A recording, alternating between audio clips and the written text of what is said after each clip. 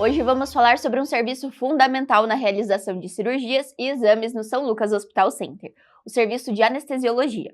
Para isso, eu gostaria de agradecer a presença do Dr. Mauro Assad, coordenador do Serviço de Anestesia do São Lucas, e o Dr. Fábio Motter, coordenador da residência em anestesiologia, médicos anestesistas do CAOP. Sejam bem-vindos, doutores. Obrigado. Então, Obrigado. Dr. Fábio, qual que é o papel de um anestesiologista dentro de um hospital? O anestesiologista, ele é imprescindível, vamos dizer assim, no acompanhamento, pensando, por exemplo, em atos cirúrgicos, no acompanhamento do início ao fim do procedimento cirúrgico, né, naquele foco, pensando na segurança daquele procedimento cirúrgico, dando a melhor experiência para aquele paciente, uma qualidade, um sono agradável, ausência de dor, ausência de náuseas e vômitos, e dando a melhor condição cirúrgica para a equipe cirúrgica executar o que está sendo programado. E também, o que a gente acaba trabalhando dentro de um hospital é no acompanhamento dos pacientes, pensando em tratamento de dores agudas, dores crônicas, dentro do internamento todo do hospital, e também no acompanhamento de pacientes, por exemplo, em exames, né, em vários exames, que é a anestesia ambulatorial que a gente fala, né? Então, ele é um acompanhamento desde o início.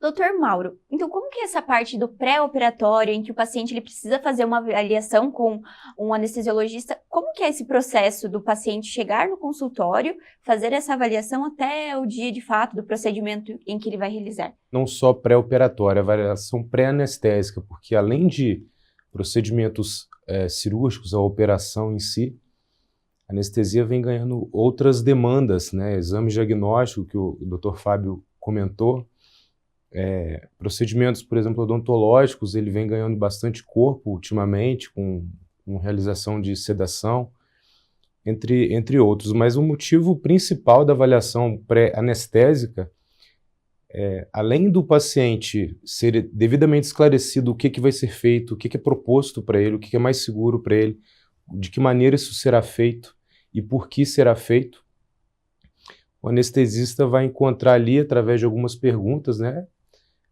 quais são os históricos que o paciente tem, conhecer as particularidades, problemas de saúde, alergias, antecedentes anestésicos e cirúrgicos, anseios, para que a gente consiga ser o mais claro possível, tentar, às vezes, uma parte da ansiedade vem de mitos, histórias que ele já conheceu de outras pessoas. Então, através dessa conversa, dessa avaliação pré-anestésica, geralmente a gente consegue individualizar, fazer o planejamento anestésico mais adequado para aquele momento e também para esclarecer o paciente o que vai ser proposto para ele. Existe um certo mito a respeito da anestesia, as pessoas geralmente têm um receio, um medo. O doutor poderia explicar sobre essa angústia dos pacientes e também como é que os anestesiologistas, anestesistas lidam com isso no dia a dia, na prática da profissão? Bom, não é um mito, são vários, né? Acho que o principal fator para esse medo, essa ansiedade, é a perda do autocontrole. O ser humano, por si só, ele geralmente tende a tomar as rédeas das situações da sua própria vida, né? Então, a possibilidade de perder o autocontrole, a capacidade de controlar o que vai ser feito ou não, já gera um medo muito grande, uma ansiedade muito grande. Para mim, esse é o principal motivo. Mas tem um motivo histórico para isso. A anestesia, primeiro relato assim, documental de que ela surgiu foi em 1846 ou 7, com éter. Depois foi para o cloroforme, enfim. Então, era muito básico. Hoje em dia, nós temos capacidade de dar amnésia, imobilidade, alterar a percepção de dor, alterar a dor propriamente dita. Nós temos uma capacidade muito grande de atuar em todas as vias de dor, que são várias, da consciência, e antigamente não era assim. Então, o paciente ele era submetido a um procedimento anestésico, mas ele complicava. O paciente morria, o paciente vomitava, o paciente sentia dor. Então, isso foi evoluindo, graças a Deus, muito ao longo do tempo. E também exatamente por ser a especialidade que tinha muita complicação, ela foi a pioneira em desenvolver os quesitos de segurança do paciente. Então, o medo ele tem porquê. Historicamente, o pessoal vomitava, dormia, demorava para acordar, acordava com muita dor. Então, todo mundo tem esse medo também. Graças a Deus isso mudou. Anestesia, nos dias de hoje, é muito difícil você, se você pegar o nível na sociedade, né, o nível de conhecimento do que um anestesista faz, o nível é muito baixo. As pessoas não conhecem muito o que o anestesista faz. Geralmente passam por um procedimento sem saber quem foi o seu anestesista, quem cuidou da vida dele. E de fato, isso vem mudando, porém, apesar disso tudo, justifica-se, né, as pessoas terem medo de ser anestesiadas, né? Não sabe o que vai ser feito, tem medo de ter dor, de ter vômito, de acordar no meio da cirurgia. Eles se baseiam muito em experiências ruins de terceiros. Podem ter dezenas, centenas de experiências positivas, mas uma experiência negativa que ele fica sabendo já é o suficiente para que ele chegue no procedimento, na consulta, com medo. E por isso que é importante aquela conversa da pré-anestésica para poder esclarecer essas dúvidas e tirar todas esses receios que o paciente tem, né, doutor? Exato. Então, com o avanço das tecnologias, e a gente, no São Lucas, é realizado muitos procedimentos com a cirurgia robótica. Dentro da anestesia, como que funciona essa parte da anestesia, né, doutor Fábio? É diferente o processo ou não? Isso. Só para citar, né, eu estive desde o berço da ideia da cirurgia robótica aqui no Hospital São Lucas, no projeto todo, né, da cirurgia robótica, né, entrando na parte da anestesiologia. O nosso cuidado com o paciente da cirurgia robótica, ele é um cuidado específico, como eu já disse antes, a função do anestesiologista, para dar a melhor condição para a equipe cirúrgica e o robô poderem trabalhar. Então, da nossa parte anestésica, os cuidados eles acabam se alterando um pouco, porque eu tenho que manter o paciente num relaxamento muscular, que a gente usa fármacos para manter um relaxamento muscular durante todo o procedimento, e a gente chama um relaxamento muscular pleno. E além do que, às vezes tem algumas alterações em relação ao posicionamento cirúrgico, o paciente fica em algumas posições diferentes do que procedimentos semelhantes àquele que está sendo feito por robô, que é feito com outras técnicas. Então esses são os cuidados específicos que nós temos que ter na cirurgia, na anestesia para a cirurgia robótica. Certo, então além um cuidado redobrado, né? O cuidado com o paciente numa cirurgia normal, ela tem, então, os seus cuidados, mas com a cirurgia robótica é um pouquinho diferente. Doutor Mauro, de forma geral, quantos procedimentos os anestesistas do CAOP acompanham no São Lucas Hospital Center? Quais são os mais comuns que vocês estão presentes? Bom, o CAOP está presente em mais de 80% do volume, né, total dentro do hospital. Volume esse que vem numa crescente imensa, né, desde essa, digamos que, reinauguração, né, que foi o surgimento dessa nova estrutura. Hoje temos 16 salas de cirurgia, sendo que 11 estão com plena capacidade de operação, estão acontecendo. Tem o Hospital Dia, que é um setor aqui para serem realizados procedimentos ambulatoriais, aqueles que o paciente vem de casa, faz um procedimento, se recuperam rapidamente e dali vão para casa após fazer sua recuperação, um lanche, voltam para casa. Tem uma hemodinâmica, onde são feitos procedimentos de cateterismos, procedimentos endovasculares. Tem endoscopia, onde são feitas endoscopias, broncoscopias, colonoscopias, exames diagnósticos também com sedação, sejam dos pacientes internados, mas os pacientes que também são ambulatoriais, ou seja, vêm de casa, fazem o procedimento, se recuperam e voltam. E também tem o centro de imagens, que é onde fazem a ressonância, as tomografias, procedimentos guiados por ultrassom, algumas biópsias, enfim. Todos esses têm anestesia inserida no seu contexto. O fato é que a anestesia está em pontos chaves, ele é uma interseção dos pontos chaves de qualquer instituição hospitalar. Então, nós temos contato com UTI, com centro cirúrgico, centro de imagem, centro de endoscopia, hemodinâmica, enfim. nossos pacientes vão para UTI, vão para a enfermaria. Então, a gente é uma interseção de todos os pontos do hospital e a gente está na esteira de produção do hospital.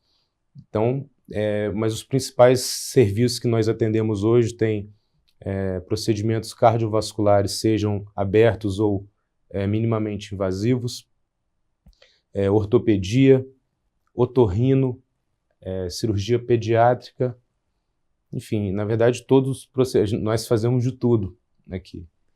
Mas 80%, vamos dizer assim, de tudo que é feito, a gente acaba fazendo. Estão presentes também.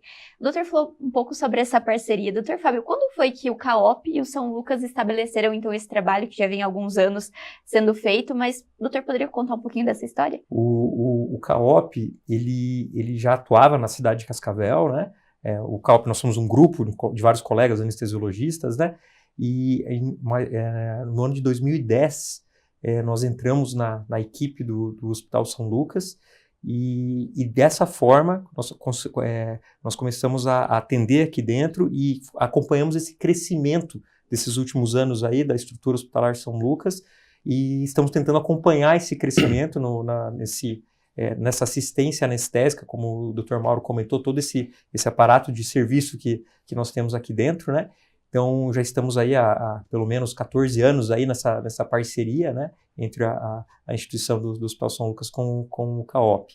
É óbvio que nesse tempo, como eu disse, lá atrás eram 2 colegas, hoje, cada vez, que trabalhavam aqui dentro da instituição, hoje a gente trabalha por dia, por período, 10, 12, 14, dependendo da demanda do serviço, né, de cada período aí. Então, uma parceria consolidada. Exato. E que traz muito benefícios para ambas as partes e principalmente para os pacientes, né, doutor? Doutor Mauro, recentemente o CAOP recebeu uma certificação diamante. O que seria essa certificação? O doutor poderia explicar para a gente? Bom, eu me orgulho muito dessa conquista que a gente teve a felicidade de receber. Foi um empenho de muitos anos que toda a equipe se propôs a fazer. Lá atrás, em 2021, quando nós começamos, eu tive a oportunidade de conhecer alguns serviços hospitalares e de anestesia através de um trabalho científico que eu vinha fazendo e eu vi a diferença que isso fazia para todos que estavam inseridos dentro do contexto da anestesia, desde o paciente ao profissional executante, anestesista propriamente dito, a equipe que está no seu entorno e as instituições, e também pensando em sustentabilidade de quem paga a nossa conta, né? A saúde ela não tem preço, mas ela tem um valor, então alguém paga essa conta. Então, essa certificação é uma certificação internacional, Quimentum é uma certificação canadense, que ela está presente em mais de 35 países. Ela mapeia todo o processo de uma empresa de anestesia e dos locais onde ela atua. São Lucas foi um dos locais em que a gente instituiu essas metodologias de avaliação, e eles avaliam todo o nosso processo, e a sua filosofia, bem a grosso modo dizendo, ela é balizada na segurança do paciente e a qualidade assistencial, pensando em custo e efetividade. Então, nós temos que fazer o melhor que a gente tem, que a gente pode fazer dentro da ótica do paciente e também da nossa ótica, com a maior efetividade e não tendo desperdícios. Então, coisas, por exemplo, como o descarte correto do lixo, ela é avaliada, porque o hospital tem um custo para incinerar um lixo, por exemplo. O descarte de medicação psicotrópica, que é o que a gente usa no nosso dia a dia. Porque existem pessoas que podem pegar e fazer mau uso. Então, são coisas extremamente detalhadas, detalhistas, e são feitas de formas de auditoria. Auditoria cegas, auditoria de todo tipo de forma de se auditar alguma coisa, um processo interno é feito. Temos protocolos assistenciais para tentar reduzir a variabilidade assistencial. O que é isso? Que palavra é essa? É a garantia de que, apesar de a sua anestesia como uma paciente ela ser individualizada, existe um padrão a ser seguido e a gente vai fazer ali o ajuste fino para não ter uma variabilidade entre, por exemplo, o que eu vou fazer, o que o Dr. Fábio for fazer, um outro colega for fazer, exatamente pensando em segurança do paciente. Então, por exemplo, se você vai ser submetido a uma anestesia geral, por algum motivo que seja, então é um padrão. Você vai ser aquecida, nós vamos medir, por exemplo, sua temperatura para garantir que sua temperatura fique acima de 36, porque nós sabemos que o paciente que tem frio, ele sangra mais, ele tem mais infecções no pós-operatório, ele fica mais tempo internado, enfim. Coisas desse tipo, então, são padronizadas. Se você é diabético, você geralmente é colocado nos primeiros horários do dia, para que você não fique num período prolongado de jejum. Tudo isso é metrificado. Nós temos uma metodologia de avaliar continuamente o que nós estamos fazendo e garantir que está tendo um desfecho compatível com o que a gente quer que tenha. Então, é uma filosofia de melhoria contínua. É um ciclo que ele se iniciou e ele não acaba agora. Ele é sempre avaliado constantemente, mas isso, aqui no Paraná, nós somos a segunda equipe de anestesia no estado inteiro, apenas uma equipe em Curitiba tem.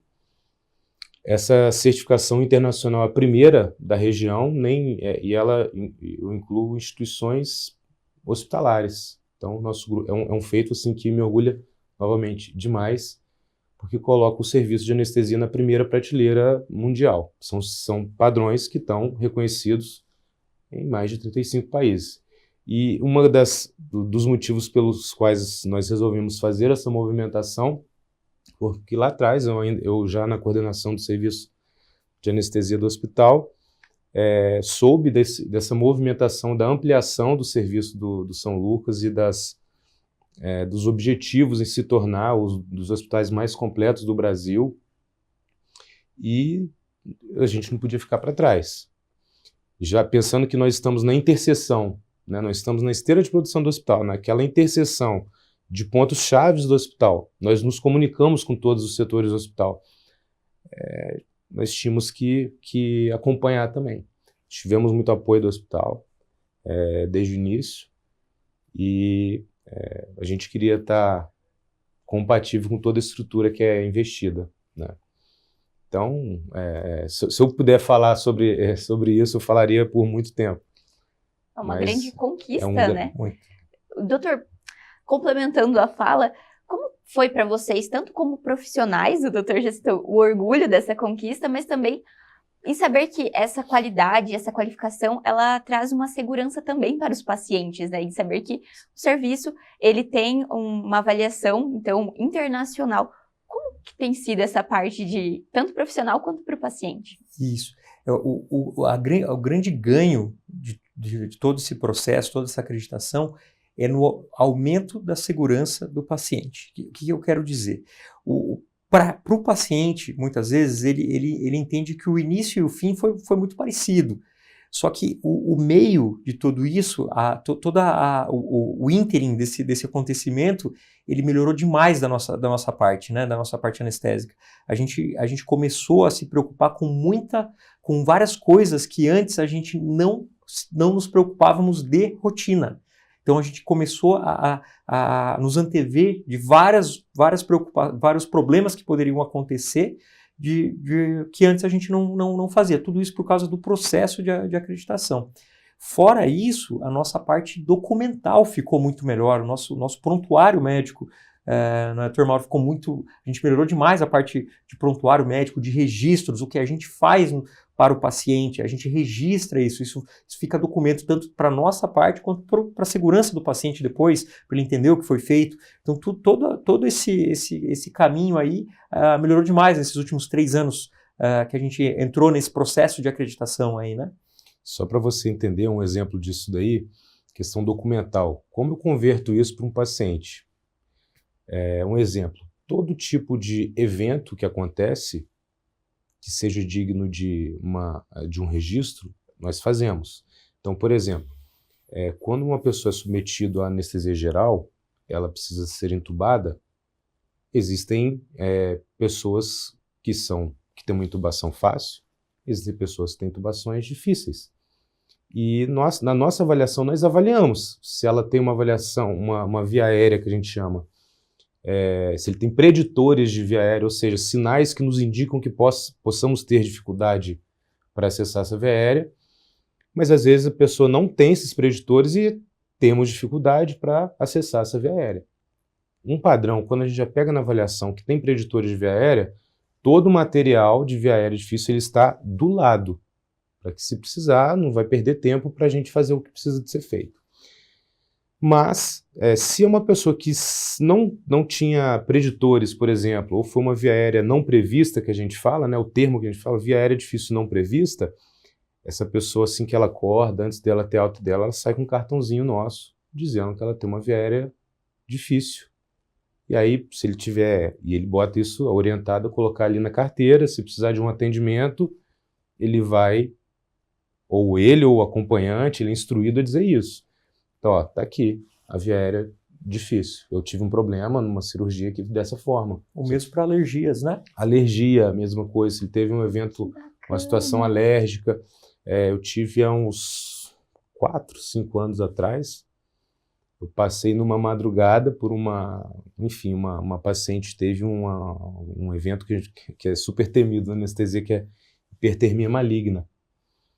E foi assim, foi graças a Deus, deu tudo certo. A menina tinha 1 ano, era uma criança de 1 ano, aproximadamente, e antes da alta, fiz uma carta, liguei, a gente tem que ligar para um centro de referência que só tem em São Paulo, para fazer um acompanhamento e tudo mais.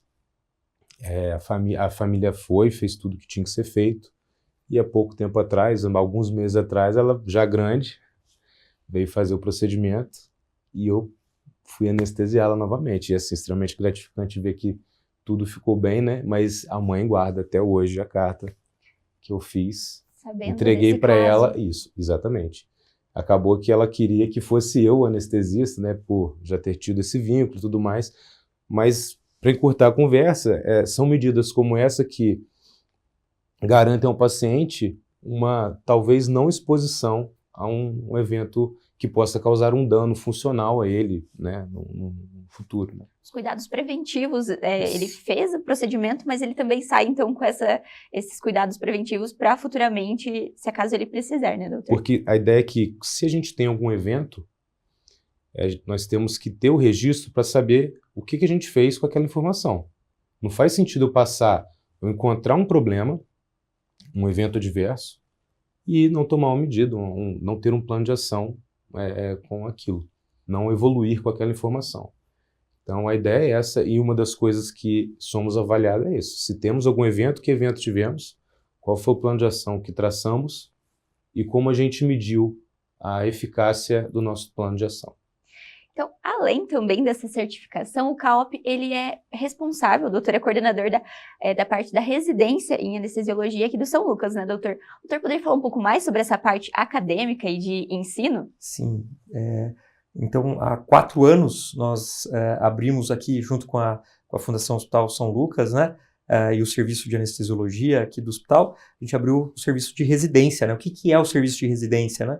O serviço de residência nada mais é do que médicos formados que fazem o treinamento obrigatório, que a gente chama, é um treinamento que dura 3 anos, é um treinamento prático e teórico para nos formarmos anestesiologistas. Então, no início agora do ano, no final do mês de janeiro, a gente formou a nossa primeira turma. Então, já estamos há 4 anos com a residência, né? Formamos a nossa primeira turma de residentes. Então, qual que é a atuação deles, né?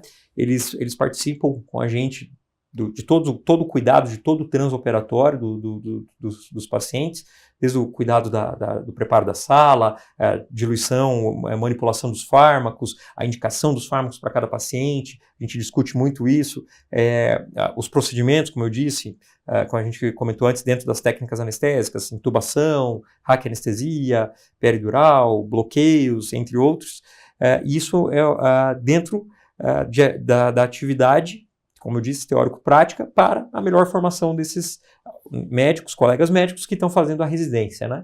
Então, terminando a residência, eles são, via Ministério da Educação, eles são médicos anestesiologistas e eles são encaminhados a prestar a prova da Sociedade Brasileira, né, da Sociedade Brasileira de Anestesiologia, que é o título de especialidade em anestesiologia. Então esse é o caminho que um médico recém-formado tem que percorrer para conseguir chegar na subespecialidade de anestesiologia, né?